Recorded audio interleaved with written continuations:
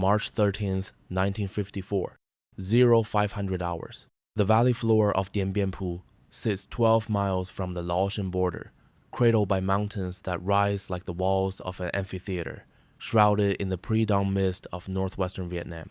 Colonel Christian de Castries, commander of 16,000 French Union forces, stands in his command bunker beneath Strong Point, Claudine, smoking a cigarette. The tobacco smoke curls in the dim light of kerosene lamps. He believes, as does every officer in his garrison, that they occupy an impregnable fortress, that they have lured the Viet Minh into a trap.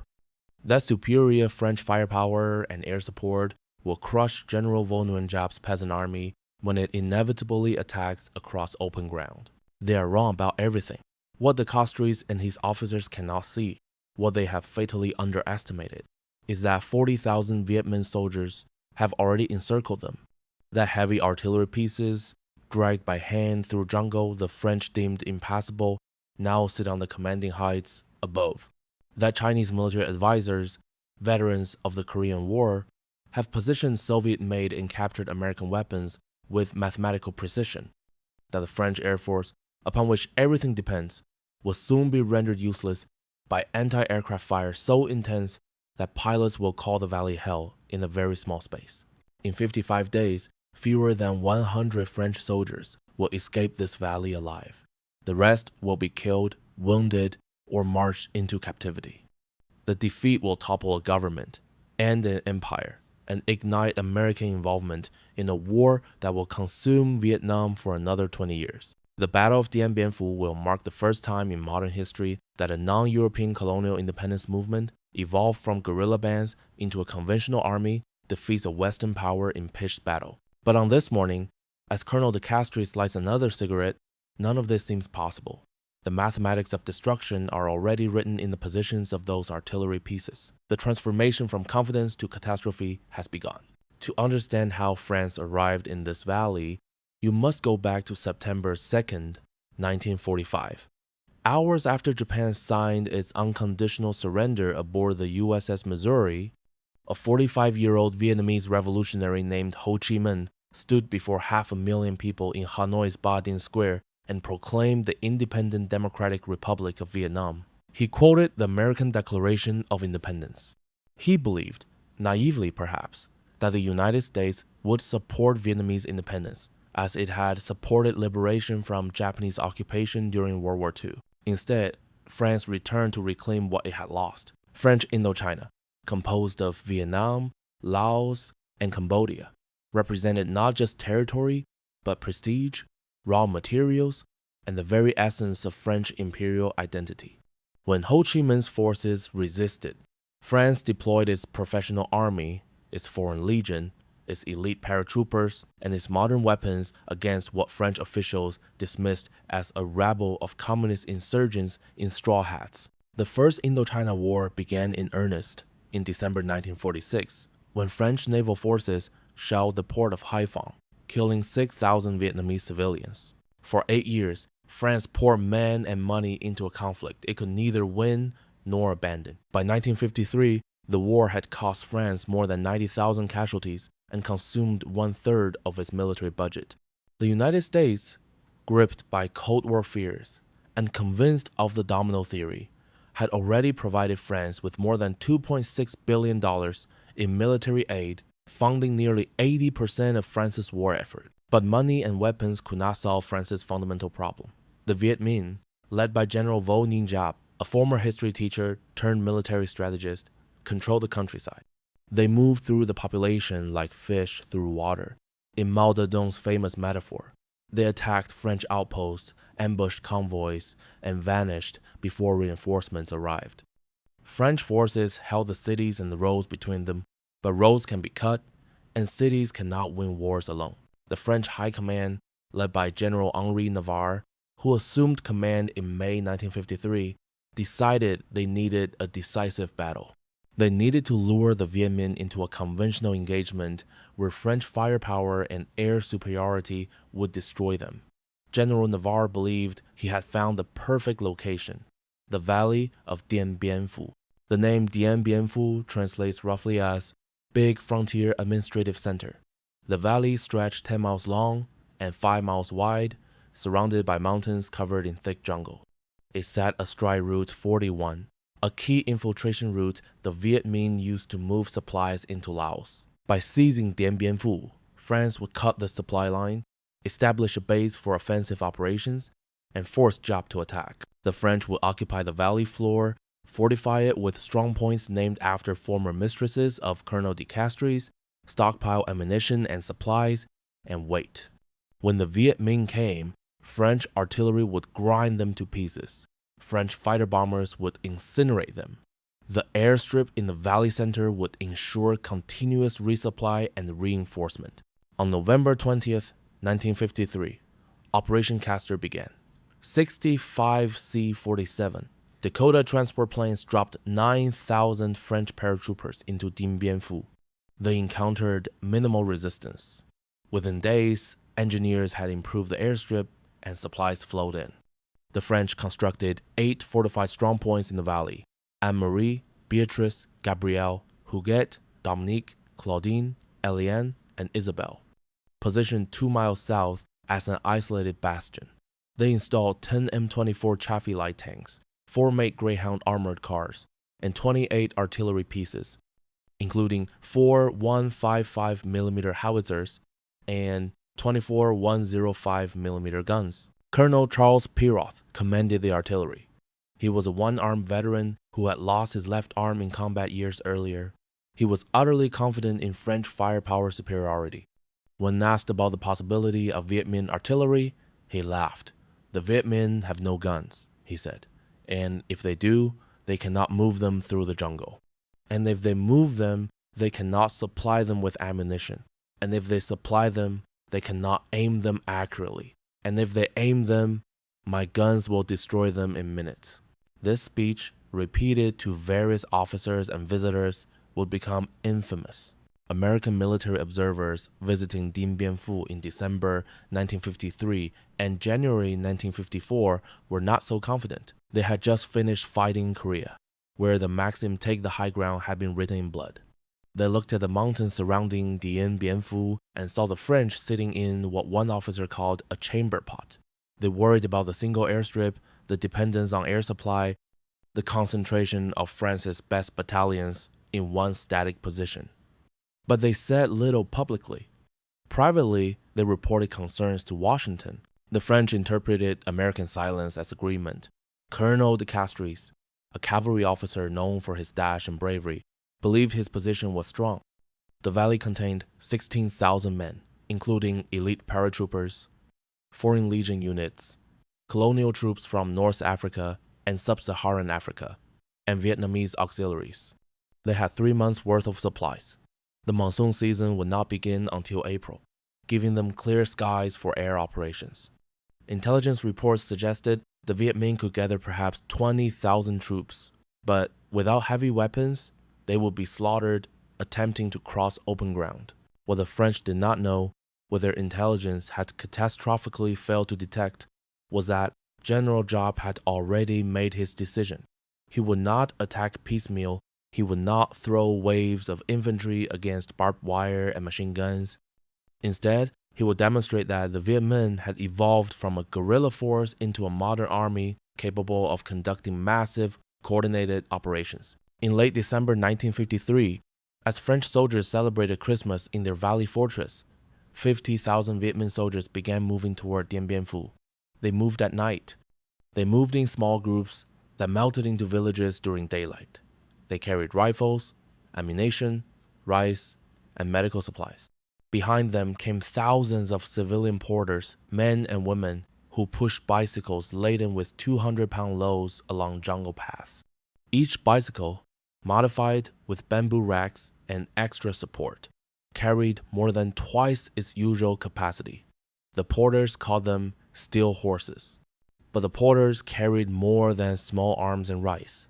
They carried artillery pieces, not the light mortars the French expected, but heavy guns. Soviet-made 105mm and 122mm howitzers captured American 105mm pieces from the Korean War. 37mm and 85mm anti-aircraft guns, the same weapons that had destroyed American B-29 bombers over North Korea. Chinese advisors, led by General Wei Guoqing and General Mei Jiasheng, veterans of the People's Liberation Army's victory over nationalist forces and the Korean War, oversaw the operation. They brought expertise, tactical knowledge, and something else, a blueprint for victory. The logistics were staggering. To move a single heavy artillery piece through roadless jungle and across mountains required 300 men cutting paths, building log corduroy roads, constructing bamboo bridges strong enough to support tons of steel. The guns move at night, covered with vegetation during the day. Entire mountains were hollowed out to create ammunition dumps and gun positions. Viet Minh engineers calculated angles of fire with slide rules and surveying equipment. They dug positions so deep into mountainsides that counter-battery fire would be useless. By February 1954, the trap was set, though the French did not yet realize they were inside it. Giap had positioned 5 full divisions around Dien Bien Phu, the 308, 312, 316, 304, and 351. More than 200 artillery pieces ringed the valley, positioned on the heights. The anti-aircraft batteries formed a lethal umbrella that would soon make the French airstrip untenable. Chinese advisors had helped create a command structure that coordinated infantry, artillery, and anti-aircraft operations with precision. The French assumed impossible for Asian guerrillas. The French continued their preparations, oblivious to the scale of what faced them. They cleared fields of fire, strung barbed wire, dug trenches. They flew in additional supplies, though the strain on the airlift was already showing. The valley consumed 7 tons of supplies per day just for basic operations, more during combat. Every C-47 flight was a costly operation requiring round-trip fuel for the 400-mile journey from Hanoi. In early March, French intelligence finally began reporting disturbing signs. Patrols found freshly cut jungle paths. Scouts reported hearing activity in the mountains at night, the sound of digging, the movement of heavy objects. Prisoners captured in skirmishes spoke of massive Viet Minh formations gathering in the hills. Colonel Piroth dismissed these reports. The Viet Minh could not possibly have heavy artillery. It was logistically impossible. On March 10th, a French patrol captured a Viet Minh soldier carrying detailed maps of the valley. The maps showed every strong point, every gun position, every trench. They had been surveyed with professional accuracy. The prisoner, under interrogation, revealed that the attack would begin soon, very soon. Colonel de Castries reinforced his perimeter positions. He could do little else. The valley was isolated, accessible only by air. He had no reinforcements available except by parachute drop, and parachuting into a battle zone is a desperate measure. He sent urgent requests for additional air support. He checked his ammunition stocks. He walked among his men. Projecting confidence, he was beginning to doubt. On March 12th, as the sun set over the mountains, French soldiers in Strongpoint Beatrice, positioned on the northern approach to the valley, heard a sound they would never forget. It started as a low rumble, like distant thunder. Then it grew louder, became distinct. The crash and roar of artillery fire, heavy artillery, coming from the mountains they had been told contained nothing but scatter mortars and recoilless rifles. At 1700 hours precisely, 200 Viet Minh artillery pieces opened fire simultaneously. The sound was apocalyptic. The earth shook. Shells screamed down into the valley with mathematical precision. The French artillery positions, surveyed and targeted during months of careful preparation, began to explode. The strong points, their coordinates long since calculated by Viet Minh observers, became killing zones. The Battle of Dien Bien Phu had begun, and within hours, every assumption upon which French strategy rested would be shattered. The first shell to hit Strongpoint Beatrice killed the battalion commander. Major Paul Pagot died instantly when a 105mm round scored a direct hit on his command bunker at 17:15 hours on March 13th. Within minutes, the entire position was under bombardment so intense that defenders could not leave their bunkers. French counter-battery fire proved useless. The Viet Minh guns, hidden in deep mountain positions and camouflaged with extraordinary skill, remained invisible to French artillery observers. When French guns did fire, targeting suspected enemy positions, Viet Minh gunners simply ceased fire, waited for the French barrage to end, then resumed. At 2100 hours, after 4 hours of continuous bombardment, whistles blew in the mountains. Viet Minh infantry, members of the 308 Division, emerged from approach trenches dug to within yards of Beatrice's perimeter. They came in waves, blowing bugles, throwing grenades, firing automatic weapons. The garrison, stunned and deafened by artillery, fought desperately. Hand-to-hand combat raged through the trenches. Legionnaires fired rifles until the barrels glowed red.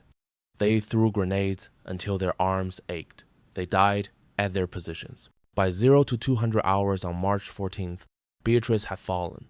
Of the 750 defenders, only 150 survived to retreat to other positions. The rest were dead or captured. The Viet Minh had demonstrated in one night what weeks of intelligence reports had failed to convince the French.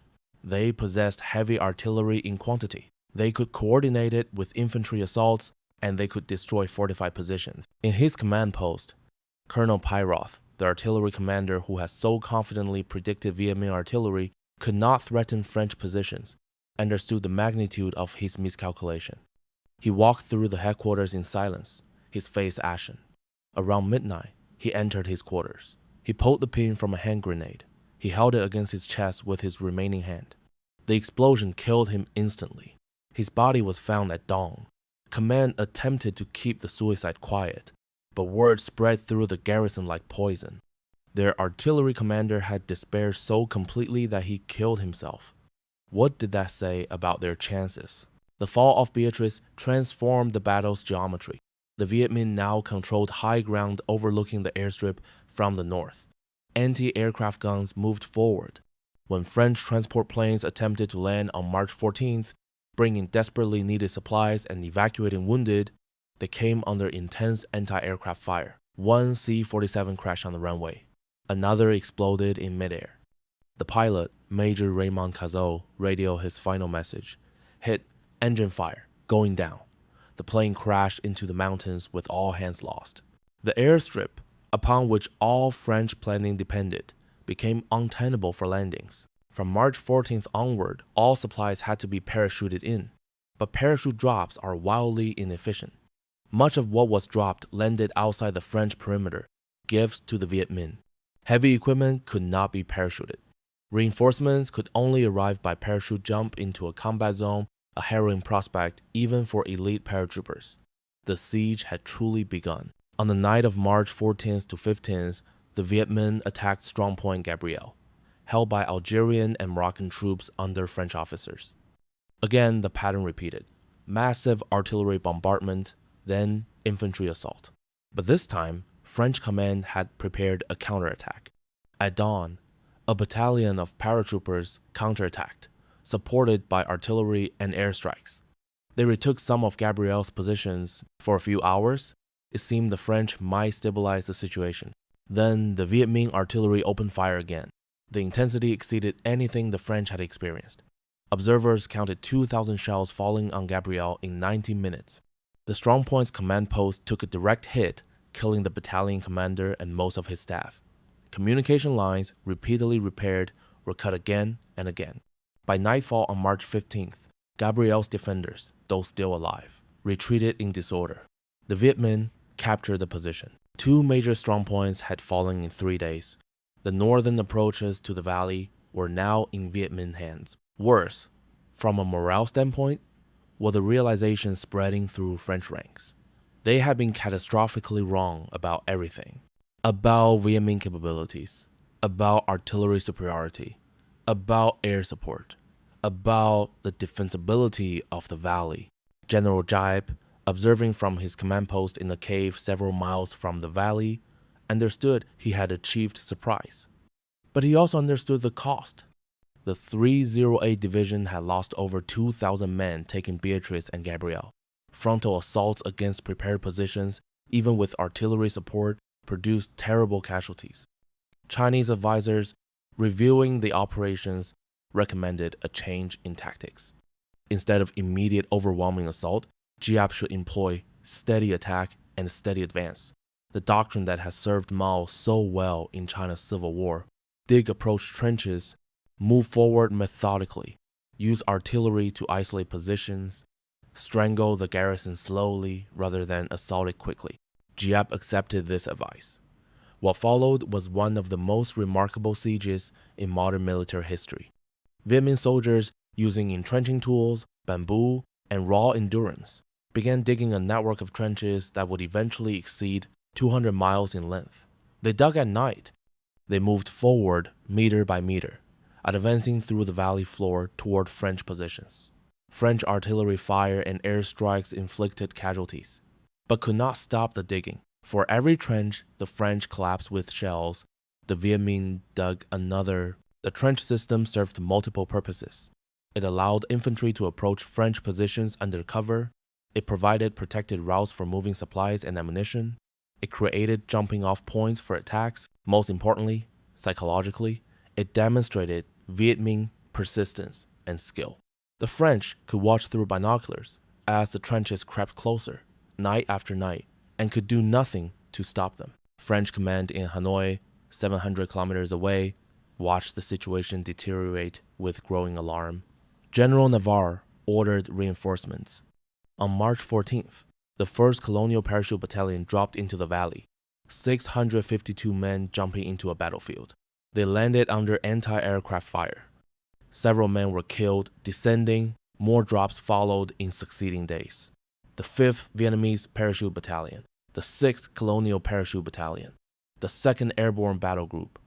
These were among France's finest soldiers, volunteers, all jumping into a siege most observers now considered hopeless. Lieutenant Marcel Bigard, one of France's most decorated officers, led many of these drops. He was 38 years old, a veteran of World War II and Indochina. He had already been wounded multiple times. He knew the situation was desperate, but he was a soldier. "We go where we are ordered," he told his men before they jumped. "We fight where we land. We die if we must, but we do not surrender."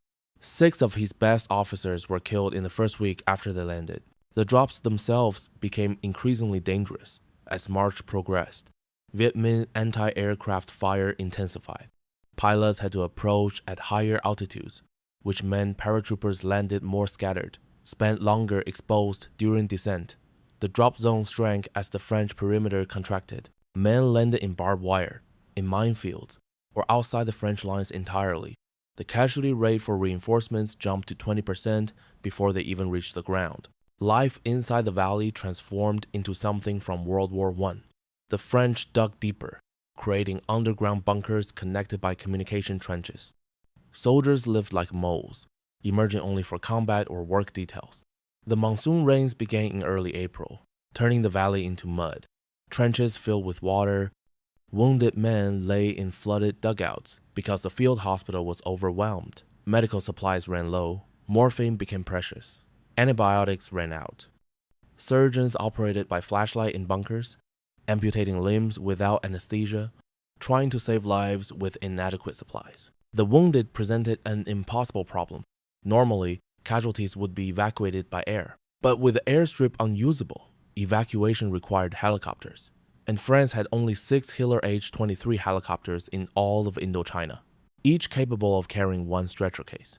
Helicopter pilots, flying with extraordinary courage, made repeated trips into the valley under fire.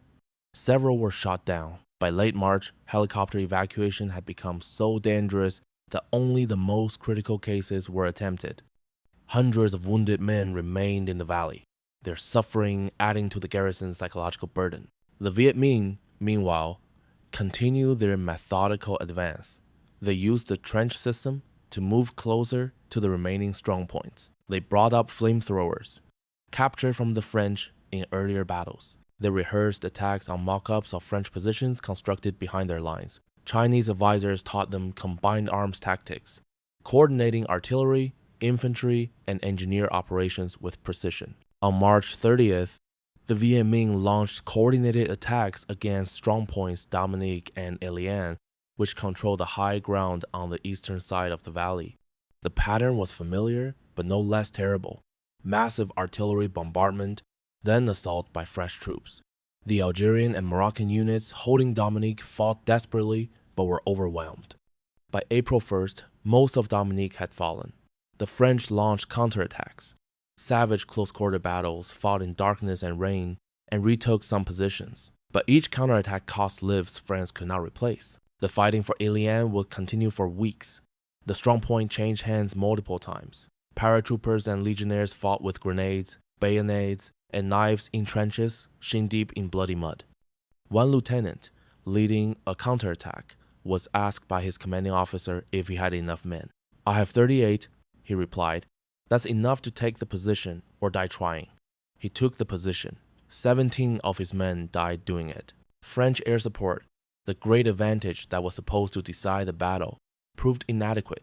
The C-47 Dakotas were slow, vulnerable targets. Many were shot down or damaged by anti-aircraft fire.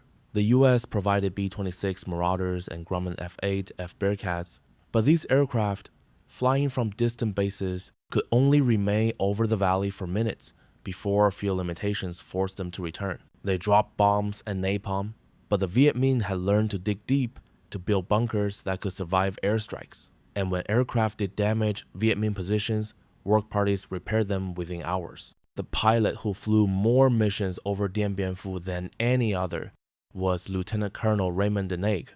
He flew a Curtiss C-46 commando transport.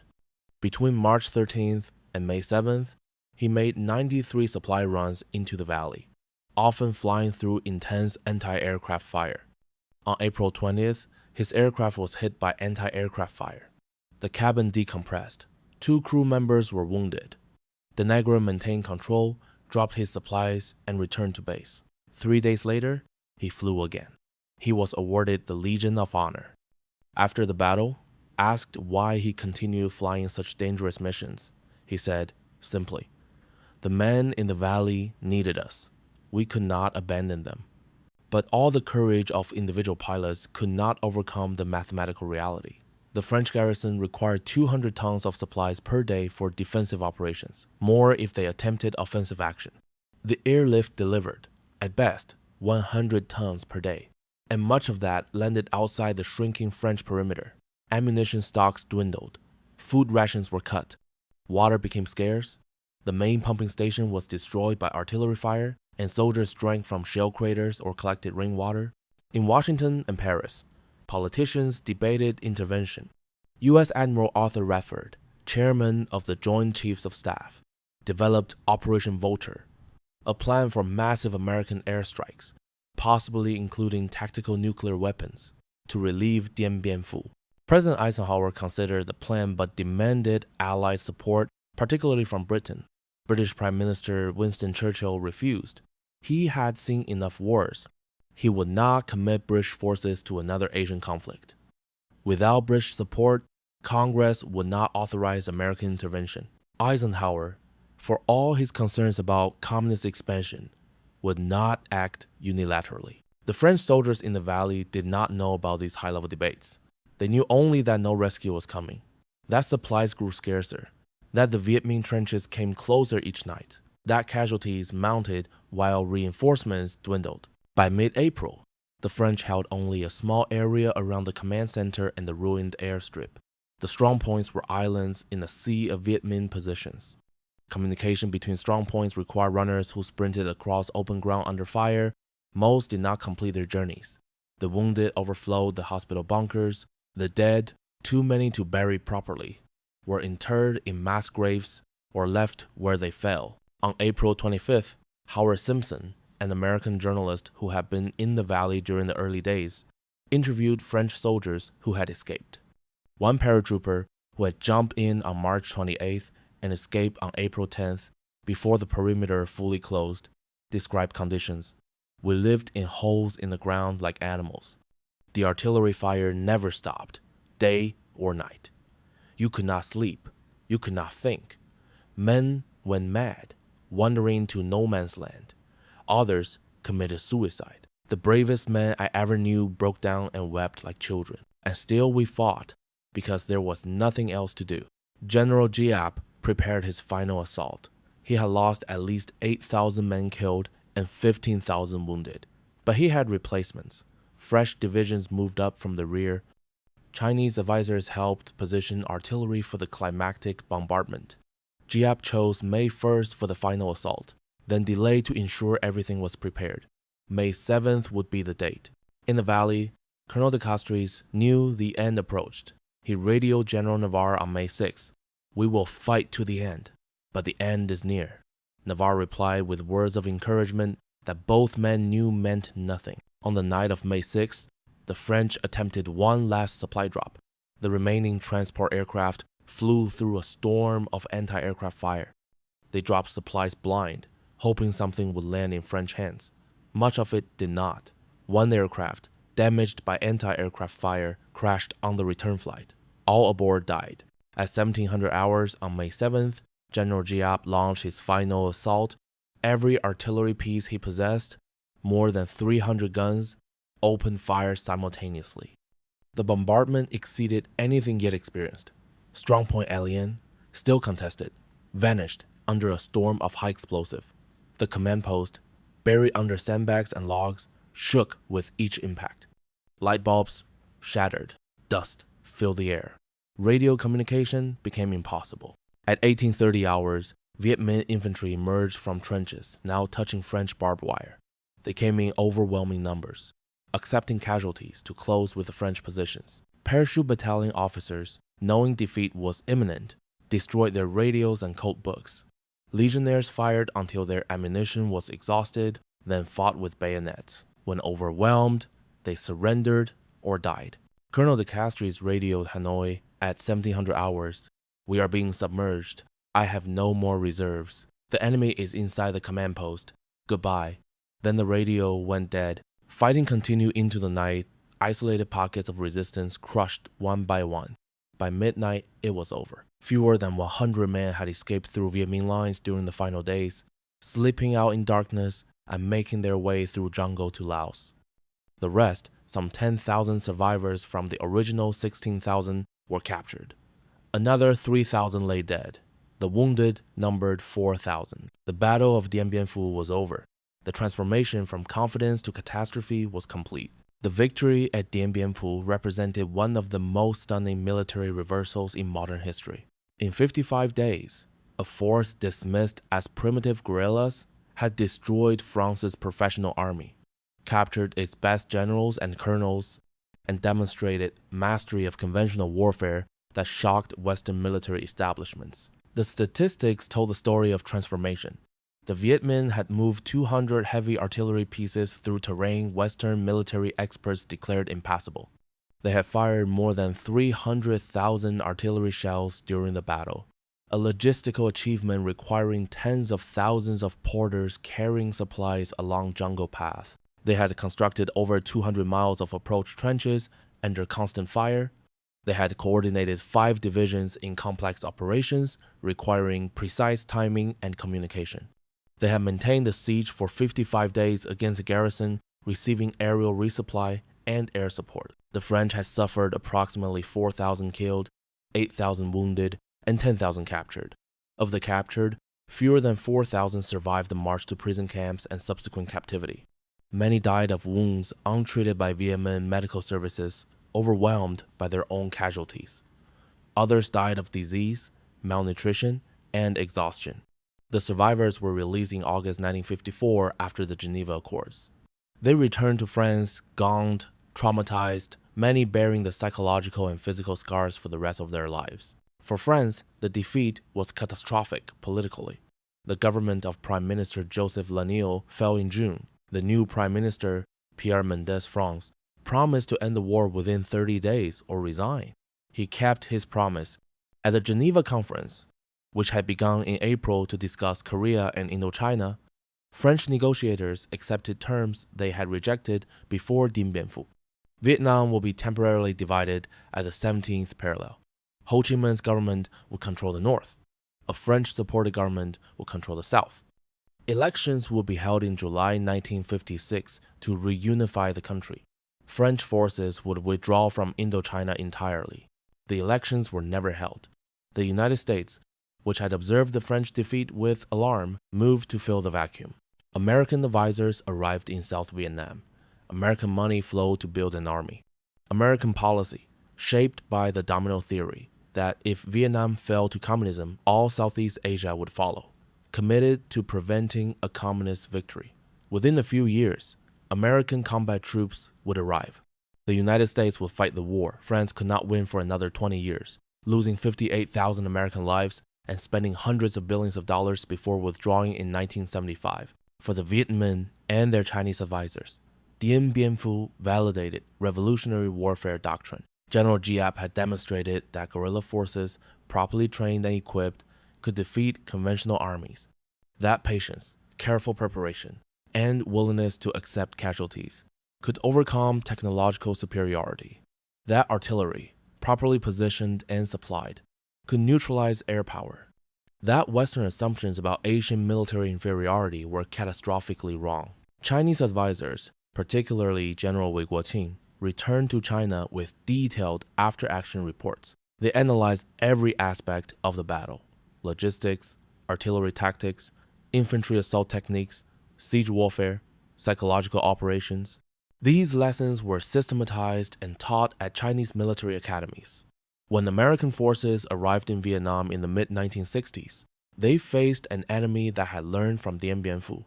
When Chinese forces fought border conflicts with India in 1962 and the Soviet Union in 1969, they applied tactics refined at Dien Bien Phu. The French military, traumatized by the defeat, drew different lessons. Many officers blamed politicians for failing to provide adequate support. They believed that American airstrikes, delivered in March or April, could have saved the garrison. They were correct that additional firepower might have changed the outcome. They were wrong that it would have won the war. Dien Bien Phu was not an isolated tactical defeat, but the culmination of strategic failure. France could not win a colonial war against a nationalist movement in the age of decolonization. More firepower would simply have prolonged the inevitable. The bitterness of French officers, particularly those from Indochina, contributed to France's subsequent disaster in Algeria. Many of the paratroopers and legion officers who escaped or survived captivity at Dien Bien Phu were sent to Algeria when rebellion broke out there in November 1954. They arrived determined never to lose another colonial war, willing to use torture and terror against civilian populations, contemptuous of politicians who might negotiate with rebels. Their actions contributed to the Algerian War's brutality and to the collapse of France's Fourth Republic in 1958. The prisoners of war returned to France with mixed receptions. Some were celebrated as heroes. Others were quietly ignored, too painful a reminder of defeat. Many suffered what would later be called post-traumatic stress disorder. Lieutenant Marcel Bigard, who had jumped into Dien Bien Phu and survived captivity, wrote a memoir decades later. In it, he described a recurrent nightmare: standing in the valley, hearing the whistles blow, watching Viet Minh soldiers emerge from trenches like ants from a kick nest, knowing his ammunition was running out, feeling the certainty of defeat approach like a physical weight. General Henri Navarre, the architect of the Dien Bien Phu strategy, was recalled to France and forced into retirement. He spent the remainder of his life writing memoirs and giving interviews defending his decisions. He blamed everyone: politicians who would not provide adequate resources, intelligence officers who failed to detect Viet Minh preparations, weather that grounded aircraft at critical moments, American allies who would not intervene. He never publicly accepted responsibility for placing 16,000 men in an indefensible valley. Colonel Christian de Castries, the valley's commander, survived captivity and returned to France in August 1954. He was immediately promoted to brigadier general, a gesture meant to honor his defense and ensure he did not speak publicly about command failures. He largely succeeded in remaining silent. In a single newspaper interview, he said, "Only, we did our duty. We fought as long as we could fight. What happened was beyond our control."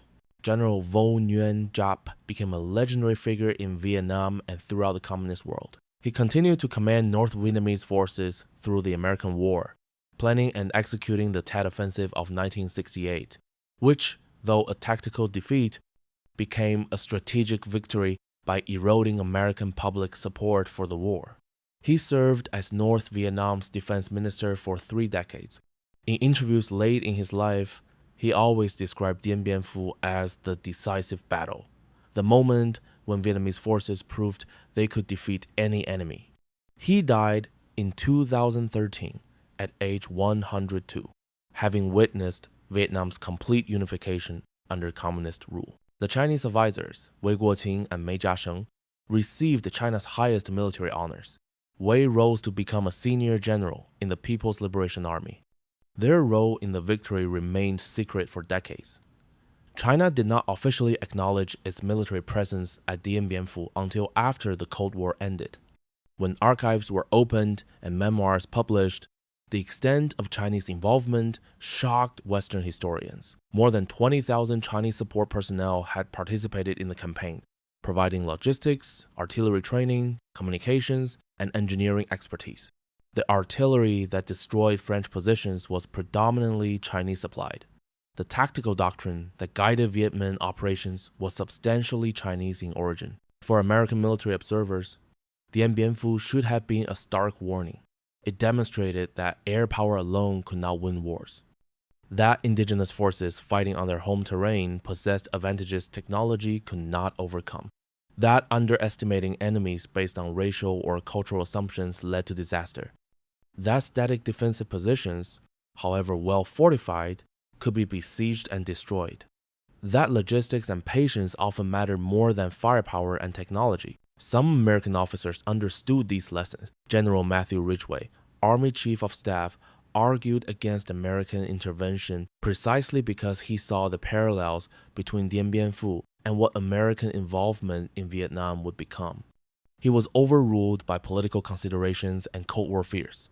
When American combat troops arrived in Vietnam in 1965, they largely ignored French experience. They believed American firepower, technology, and training would succeed where the French had failed. They were wrong. The battlefield of Dien Bien Phu was left largely untouched for years after the war. The strong points slowly collapsed into the earth. The trenches filled with vegetation. Unexploded ordnance made the valley dangerous to traverse. In the 1990s, the Vietnamese government created a memorial and museum at the site. Thousands of visitors now tour the battlefield annually, walking through reconstructed bunkers, viewing rusted artillery pieces and shell casings, reading plaques that describe the battle from the Vietnamese perspective. One artifact in the museum particularly captures the battle's transformation from French confidence to French catastrophe. It is a French briefing map from November 1953, showing planned strongpoint positions and fields of fire. Someone, presumably a French officer, had written across it in neat military script, Dien Bien Phu, the trap for the Viet Minh. Below it, displayed in the same case, is a Viet Minh planning document from December 1953, written in Vietnamese characters. The translation reads, Dien Bien Phu, the end of French colonialism. Both assessments proved correct, though not as the French had intended. In 1994, 40 years after the battle, a reunion was held in Hanoi. Veterans from both sides, now elderly men, met and shared memories. Marcel Bigard, the French paratrooper, shook hands with Viet Minh veterans who had fought against him. Through interpreters, they discussed specific engagements, particular trenches, individual fights they remembered. Bigard asked one Vietnamese veteran, a former artillery officer, how they had managed to move heavy guns through the jungle. The man smiled and said, "You told us it was impossible, so we knew we had to do it." At the reunion's conclusion, the French veterans laid a wreath at the Vietnamese military cemetery. Vietnamese veterans laid a wreath at a memorial honoring French dead. The gesture acknowledged what the battle had proven, that courage exists on all sides of every conflict, that soldiers fight for causes they believe just, that defeat and victory are often matters of circumstance, preparation, and will rather than inherent superiority. But such reconciliations came decades later. In 1954, Dien Bien Phu's immediate legacy was continued war. The French defeat did not bring peace to Vietnam, but American involvement. The American defeat, 21 years later, did not immediately bring peace, but years of conflict between North and South, then between unified Vietnam and Cambodia, then between Vietnam and China. The valley where France's colonial empire died became the starting point for conflicts that would consume Southeast Asia for decades. Today, Dien Bien Phu remains a name synonymous with military disaster, with the perils of underestimating enemies and overestimating technology. Military academies study the battle as a case study in siege warfare, logistics, intelligence failure, and strategic miscalculation. The name appears in doctrine manuals, in staff college lectures, in warnings to commanders not to repeat France's mistakes. The valley itself has changed. Where 16,000 French soldiers were besieged, where 55 days of battle killed 13,000 men, there is now a bustling town. Rice paddies cover what were strong points. Schools and shops occupy where men fought and died. The mountains, once bristling with artillery, are covered in forest. But the ghosts remain visible in the museum exhibits, in the surviving bunkers, in the memories of those few aging veterans who remember when the valley floor ran red with blood and the artillery thunder never stopped. The transformation from French confidence to French catastrophe took 55 days. The lessons from that transformation remain relevant 70 years later. Power without wisdom leads to disaster. Technology without understanding brings defeat. Underestimating enemies guarantees they will surprise you. And sometimes, the trap you set becomes the trap that catches you. At 5 in the morning on May 7th, 1954, as Viet Minh soldiers raised their flag over Colonel de Castries' command bunker, as French prisoners began their march into captivity, as the wounded lay moaning in the rain-soaked valley, the mathematics of destruction that had been written in artillery positions 2 months earlier reached their final calculation. France had lost not just a battle, but an empire. Not just soldiers, but its place as a colonial power. The age of European dominance in Asia had ended in a valley whose name would echo through military history as a synonym for catastrophic defeat. What Colonel de Castries could not see on that morning in March, when he stood in his command post, smoking a cigarette, believing his position impregnable, was that he was already trapped. The trap had closed before he realized it existed, and that, perhaps, is the most enduring lesson of Dien Bien Phu. By the time you know you are caught, it is already too late to escape.